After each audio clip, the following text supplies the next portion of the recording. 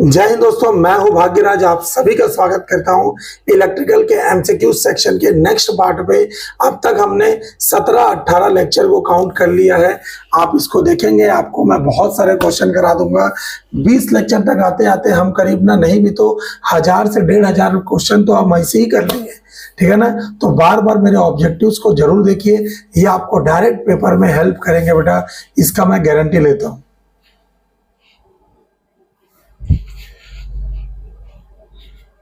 ठीक है, ये बार बार देखना पड़ता है कि आपको सही चीजें दिख रहा है कि नहीं दिख रहा है, ठीक है ना।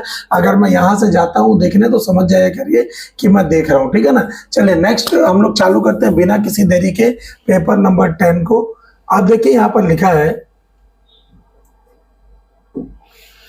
A starter is necessary to start a DC motor because, ये तो बार बार आप देख पा रहे होंगे, ये बार बार हर पेपर में पूछा है कि एक स्टार्टर डीसी मोटर में क्या काम करता है। तो स्टार्टर मेन काम क्या करेगा बेटा, it start the motor, it limit the speed of motor. तो हमेशा ये स्पीड, मोटर की स्पीड को लिमिट करने का काम करता है ना ये। नहीं, एक सेकंड, सॉरी। एक स्टार्टर क्या काम करेगा, हमेशा करंट को लिमिट प्रदान करता है। स्टार्टिंग करंट को लिमिट प्रदान करने के लिए ना स्टार्टर लगाते हैं। एक्चुअली मैं लिमिट देख लिया तो मेरा ध्यान उसी में चला गया। ये हमेशा स्टार्टिंग करंट को लिमिट प्रदान करने के लिए यूज किया जाता है, ठीक है ना। नेक्स्ट है the efficiency of any electrical machine. क्या होगा, कब हाई होगा एफिशिएंसी किसी भी इलेक्ट्रिकल मशीन का, तो हमेशा तब हाई होता है ना जब लॉसेस मिनिमम हो। It's losses are minimum. Option number A is our correct answer. Next है the direction of rotation of a DC motor is reversed by. एक डीसी मोटर के डायरेक्शन को हम कैसे रिवर्स कर सकते हैं, reversing supply connection, reversing armature connection, interchanging armature and field, adding resistance to the field circuit. ये सब नहीं होगा। अगर दोनों को एक साथ मैं करूंगा तो कोई चेंजेस नहीं आता है। हमेशा रिवर्सिंग आर्मेचर कनेक्शन से मैं एक डीसी मोटर के रोटेशन को चेंज कर सकता हूं, रिवर्स कर सकता हूं, ठीक है ना। ऑप्शन नंबर नेक्स्ट है the speed of a series motor at no load. No load पर जो सीरीज मोटर का स्पीड होता है ना इन्फिनिटी पहुंच जाता है। इसीलिए डीसी मोटर को, सीरीज मोटर को ना लोड के साथ ही हम चालू करते हैं, क्योंकि नो लोड पे ये इतना तेज हो जाएगा ना कि मोटर पूरा जला देगा, ठीक है ना। नेक्स्ट बोल रहा है if the field of a DC shunt motor is open. अगर डीसी शंट मोटर का फील्ड ओपन हो जाए तो क्या होगा। ये आपके 4 ऑप्शन है। मुझे इसको कमेंट सेक्शन में जरूर बताइएगा, मैं जानना चाहता हूं आपका ऑप्शन, क्योंकि ये आपको मैंने पहले भी ये क्वेश्चन कराया हुआ है। तो अगर आपको याद होगा तो आप इसको जरूर बनाइएगा बेटा। मैं तो बताऊंगा ही, लेकिन आप जरूर बताइए। बार बार पूछता है कि अगर डीसी शंट मोटर का फील्ड अगर ओपन हो जाए तो क्या होगा, ठीक है ना। इसको एकदम अच्छे से पढ़िएगा, है ना। नेक्स्ट है as the load is increase the speed of a shunt motor. Load के बढ़ने से शंट मोटर की स्पीड क्या होती है। Option number 1 remains constant, increase slightly, reduce slightly, या नन ऑफ द अबव। तो आपको पता है ना डीसी शंट मोटर एक कांस्टेंट स्पीड से घूमता है, कांस्टेंट स्पीड से। इसीलिए इसका यूज ना हम लोग लेथ मशीन में करते हैं। लेथ मशीन तो हमेशा लोड के बढ़ने से इसका कोई स्पीड में कोई चेंजेस नहीं आता, रिमेन्स कांस्टेंट हो गए। नेक्स्ट है the greatest value attend during 1/2 of the cycle. एक हाफ साइकिल ऐसा, इसकी मैक्सिमम वैल्यू क्या कहलाती है, पीक वैल्यू। यही तो पीक वैल्यू है, इसी को तो क्रेस्ट वैल्यू बोलते हैं, इसी को तो मैक्सिमम वैल्यू बोलते हैं। तो आंसर क्या होगा, पीक वैल्यू, ठीक है। चलिए next the root mean square value of AC is the same as. किसके लिए बराबर होता है, इंस्टेंटेनियस नहीं होगा, एवरेज नहीं होता, मैक्सिमम नहीं होता, इफेक्टिव प्रभावी मान होता है बेटा। इफेक्टिव वैल्यू होता है हमेशा आरएमएस वैल्यू, ठीक है। नेक्स्ट पूछ रहा है the value of the form factor of a pure sine wave is. Sine wave का फॉर्म फैक्टर हमेशा 1.11 आता है प्योर साइन वेव का, है ना। अगर ये हाफ वेव का बोलता ना तो हाफ वेव का आ जाता है 1 जो √3/2 होता है ना, तो 1.732 को 2 से भाग देंगे तो कितना आएगा, ये हो जाएगा 1/√3। फुल वेव का ना, हाफ वेव का आप कर सकते हैं ना बेटा। जैसे यहाँ पर देखिए फुल वेव का फॉर्म फैक्टर होता है हमेशा, जैसे मैं बोला VRMS divided by V average, यही होता है। तो VRMS आएगा Vm/√2 divided by V average आ जाएगा 2Vm/π, यही आएगा। तो Vm से Vm कट गया, पाई ऊपर चला जाएगा, तो ये आता था π/2√2 और इसी की वैल्यू आती थी 1.11। अगर हाफ वेव का पूछता ना तो हाफ वेव का फॉर्म फैक्टर क्या होता है आपको मालूम है, VRMS होता है Vm/2 और V एवरेज होता है Vm/π। तो ये हो जाएगा जब इसको Vm कट गया तो π/2, पाई की वैल्यू होती है 3.14 डिवाइडेड बाय 2। इसको हम सॉल्व करेंगे तो 1.57, ये हाफ वेव के लिए आता है। तो ध्यान रखिएगा, इसके लिए फुल वेव के लिए 1.11, हाफ वेव के लिए 1.57। ठीक है, चलिए next. If the current and voltage are out of phase 90 degree the power is. Current और फेज अगर 90 डिग्री होगा तो पावर क्या होगा, VI cos phi। cos 90 कितना होता है, 0 हो जाता है, तो पावर भी क्या हो जाएगा, 0 हो जाएगा। Option number D. फिर बोल रहा है which of the following frequencies has the longest period. Frequency हमेशा टाइम पीरियड के इनवर्सली प्रोपोर्शनल होता है। जिसका फ्रीक्वेंसी कम होगा ना उसका टाइम पीरियड सबसे ज्यादा होगा। इसमें से सबसे कम फ्रीक्वेंसी कौन सा है, तो 1 हर्ट्ज है ना, तो इसका टाइम पीरियड सबसे ज्यादा होगा। तो option number D is our correct answer. The net reactance in RLC circuit is, net reactance आता है XL माइनस XC। कब आएगा, जब XL बड़ा होगा XC से। और एक आएगा XC माइनस XL, कब आएगा, जब XC बड़ा होगा XL से।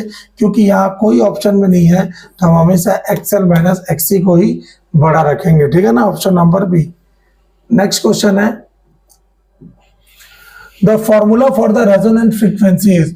रेजोनेंट फ्रीक्वेंसी का फॉर्मूला क्या होता है, ये सारे ऑप्शन नहीं, 1/2 √LC। ये ऐसा देने वाला होगा, एक मतलब जो मैंने टाइप ढंग का नहीं किया है, देखिए किया भी होगा तो ऑटो ले लेता होगा, तो मुझे समझ नहीं आया। ये वाला पहले से टाइप था, इससे ये क्वेश्चन को ऐड कर दिए। आपको ध्यान रखना है कि एक रेजोनेंट फ्रीक्वेंसी का फॉर्मूला क्या होगा, 1/2πLC। रियल पेपर में आपको एकदम अच्छे से मिलेगा, आप घबराइएगा नहीं। ठीक है ना। फिर नेक्स्ट है the oil use in the small transformer provides. एक ऑयल क्या यूज करता है बेटा, cooling, insulation and cooling, lubrication. तो इसका आंसर होगा इंसुलेशन एंड कूलिंग, दोनों काम करता है स्मॉल ट्रांसफॉर्मर में ऑयल। ठीक है। फिर अगला है Joule's law state that the heat produced by the conductor is proportional to. किसके प्रोपोर्शनल होता है, तो हमेशा करंट के स्क्वायर के, I स्क्वायर के प्रोपोर्शनल होगा। Option number D is our correct answer. Next बोल रहा है heat energy is measured in. Heat energy को किस में मेजर करते हैं, तो हमेशा इसका ध्यान रखिएगा, हीट एनर्जी का व्यावसायिक मात्रक जूल होता है, ध्यान रखिएगा। लेकिन अगर इसका मैं SI मात्रक बोलूं तो इसका मात्रक होता है कैलोरी। तो मुझे पूछ रहा है हीट एनर्जी इज मेजर्ड इन, हम हमेशा हीट एनर्जी को किस में यूज करते हैं, तो जूल में। Option number B is our correct answer. ठीक है। BOT, ये मैंने आपको पहले भी कराया था, board of trade unit. BOT का मतलब होता है board of trade units equal to 1 kilowatt hour. ये जो रहता है ना, यही मेरा BOT यूनिट कहलाता है, बोर्ड ऑफ ट्रेड। और यही एनर्जी का व्यावसायिक मात्रक भी, एनर्जी मीटर इसी से बिकता है, 1 किलोवाट आवर। आपके घर में जो बिजली आता है, जहां से वो मीटर वाला आता है रीडिंग लेता है ना, आप उसको देखेंगे तो 1 किलोवाट आवर ही उसमें लिखा रहेगा। तो ये आंसर है BOT का। नेक्स्ट है that is an intrinsic semiconductor. इनमें से कौन सा है जो एक इंस्ट्रिंसिक सेमीकंडक्टर है? तो जर्मेनियम है जो इंस्ट्रिंसिक सेमीकंडक्टर में आता है, प्योर, ठीक है ना।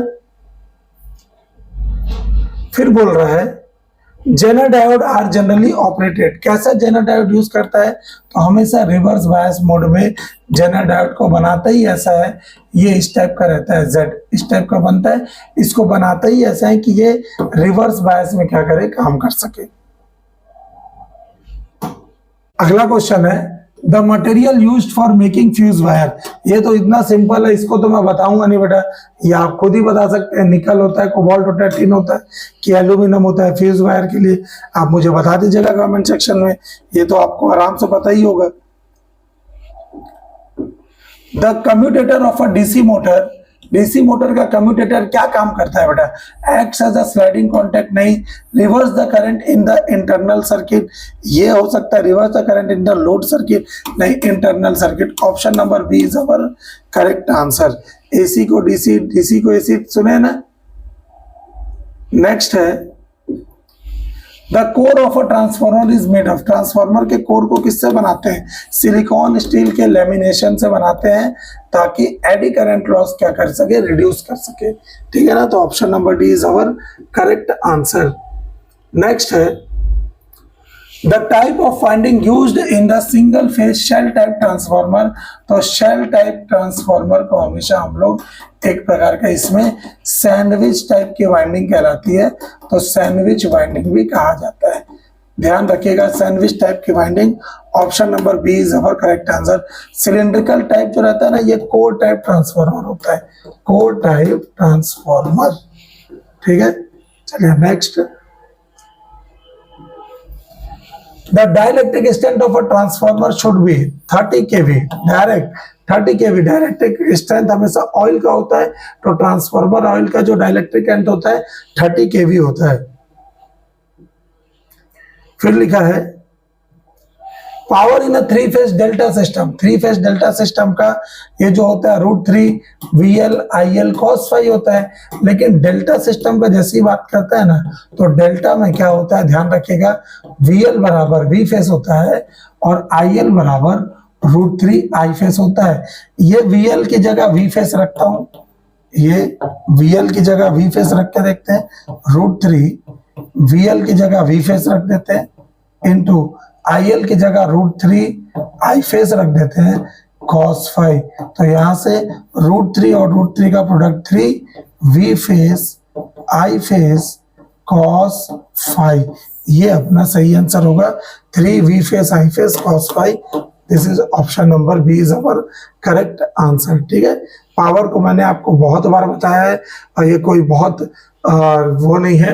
इन unbalance load which connection is suitable.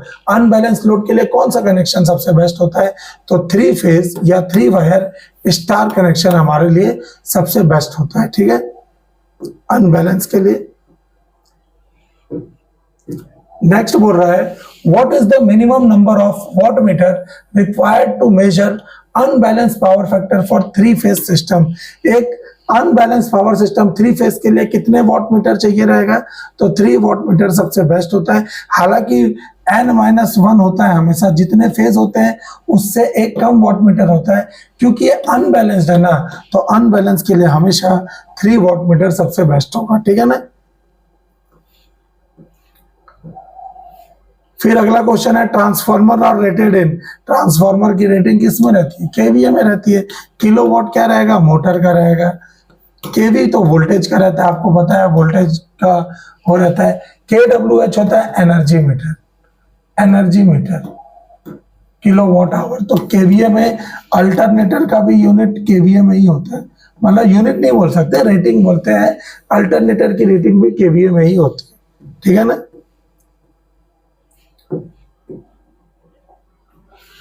In a pure reactive circuit the power factor is, pure reactive circuit में फिर से फाई बराबर कितना होता है? 90 डिग्री। आपको पता है ना, V को रेफरेंस लेंगे तो प्योर इंडक्टेंस के केस में करंट 90 डिग्री लैग करेगा, तो फाई की जगह 90 हो जाएगा, तो पावर बराबर V I cos phi, phi की जगह 90 रखेंगे तो पावर कितना आ जाएगा 0। Option number C is our correct answer. Just आज ही के क्लास में मैंने जो टेक्निकल राजंस में पढ़ाया है, राजंस कैरियर प्राइवेट लिमिटेड में, उसी में आज ही एसी सर्किट को पूरा पढ़ाया हूँ। आज जो भी ये बच्चा देखेगा ना, जो आज का क्लास लगाया होगा, उससे ये सारे क्वेश्चन बन जाएंगे, क्योंकि एसी सर्किट का इसके मैक्सिमम क्वेश्चन आया हुआ है। ठीक है ना, चले next.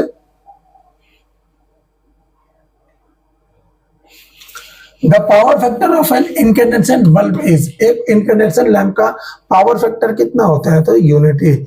Option number C is our correct answer. Kirchhoff law is applicable to, Kirchhoff law किस पे एप्लीकेबल होगा, तो एसी एंड डीसी दोनों में यूज होता है। Option number D is our correct answer. ठीक है, एसी और डीसी दोनों में यूज होगा, ध्यान रखिएगा। The voltage ratio, the transformation, the voltage transformation ratio is, हमेशा V2 by V1 equal to E2 by E1। तो इसमें क्या दिख रहा है हमारे पास, E2 by E1 है। वैसे ये N2 by N1 भी होता है, equal to T2 by T1 equal to I1 divided by I2 भी होता है। ये भी हमारे पास ट्रांसफॉर्मेशन रहता है, लेकिन वोल्टेज ट्रांसफॉर्मेशन का बात कर रहे हैं ना, तो हम सिर्फ V2 by V1 और E2 by E1 को देख के ऑप्शन नंबर ए मारेंगे। ठीक है ना, चलिए नेक्स्ट है। ये बहुत अच्छा क्वेश्चन है बेटा, ये बार बार बोला हूं, इस टाइप के क्वेश्चन को जरूर पढ़िएगा। Full load copper loss in the transformer दिया है 400 वॉट, मतलब पीसीएफएल की value, full load copper loss की वैल्यू दिया है 400 वॉट। हाफ लोड पर, हाफ का मतलब है एक्स की जगह 1/2 हो जाएगा, तो जो कॉपर लॉस आएगा ना, ये एक्स स्क्वायर इंटू पीसीएफएल हो जाता है। तो एक्स स्क्वायर का मतलब है 1/2 का स्क्वायर इंटू 400, तो ये हो जाएगा 1/4 इंटू 400, ये कटा तो कितना आ जाएगा 100 वॉट। ये आंसर हो जाएगा ऑप्शन नंबर सी। ध्यान रखिएगा, अगर 3/4 लोड पर बोले रहता है ना, तो x बराबर यहां पर हो जाता 3/4, तो 3/4 का स्क्वायर इंटू 400 करता ना, 3 तिया 9/1600 गुणित 400, ये हो जाता 9/16, ये हो जाता 9/16 गुणित 400, तो 4 चौके 16, 4 25 हम, और ये हो जाता है 225 वॉट। ये मेरा आंसर हो जाता है। ठीक है, तो ऐसे इसको बनाना है बेटा, इस टाइप के क्वेश्चन को छोड़ना नहीं है ना। तो आज आपको मैं 2 वीडियो दे दिया हूँ, इन दोनों वीडियो को अच्छे से देखिएगा। कल मैं फिर और नया वीडियो को बनाने का कोशिश करूंगा। तब तक मेरे चैनल पे नए आए हैं तो वीडियो को लाइक, शेयर और सब्सक्राइब कर लीजिएगा। अपने दोस्तों में शेयर करना मत भूलिएगा। मिलते हैं अगले वीडियो में। थैंक यू सो मच, जय हिंद।